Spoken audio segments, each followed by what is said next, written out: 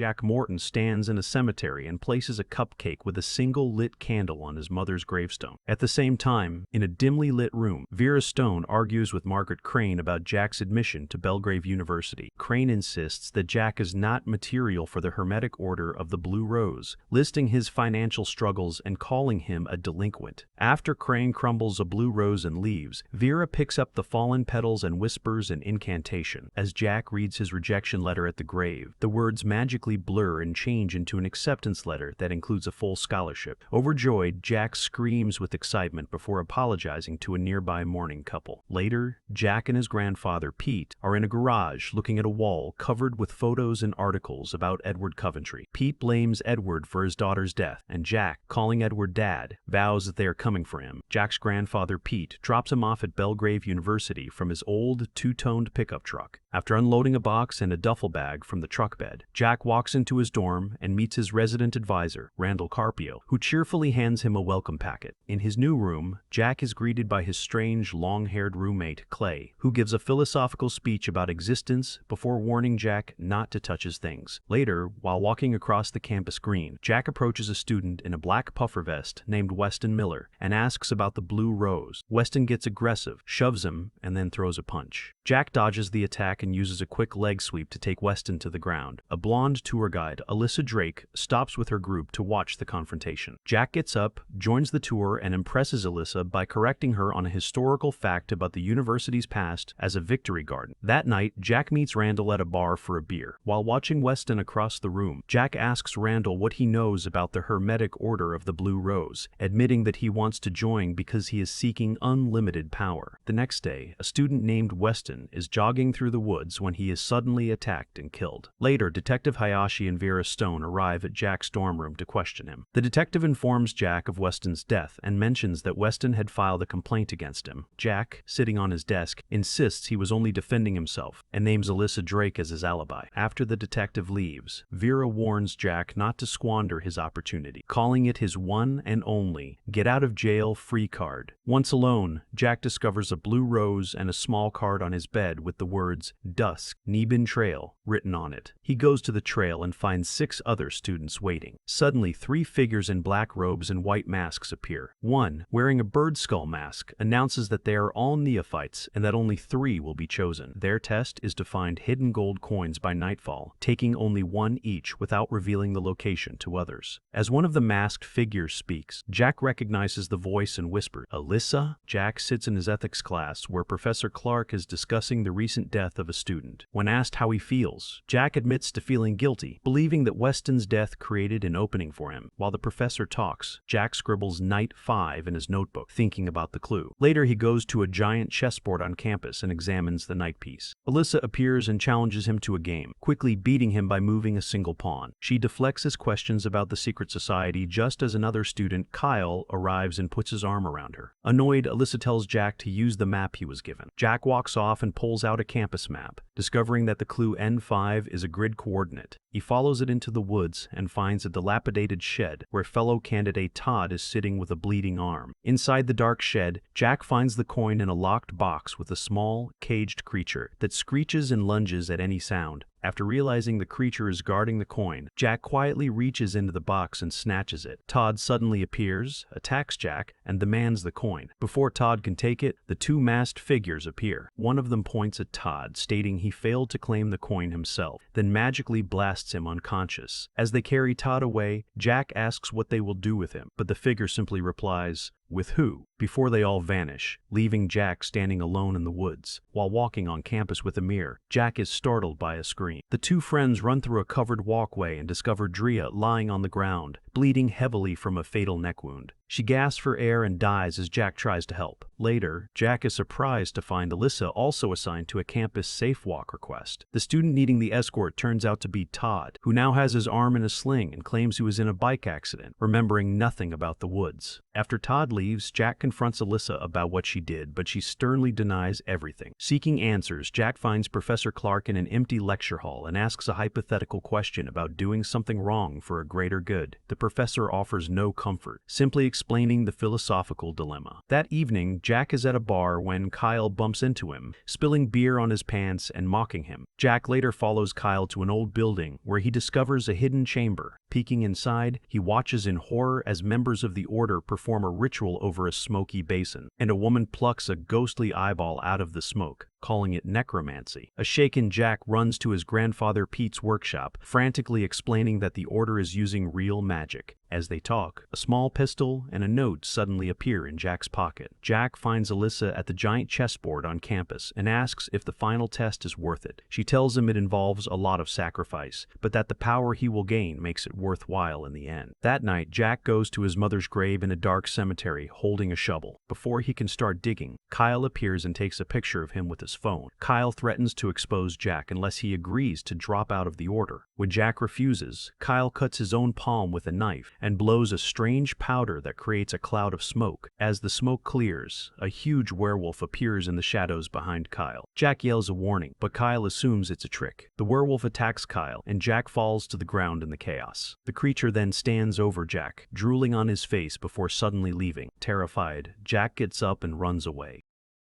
Thanks for watching.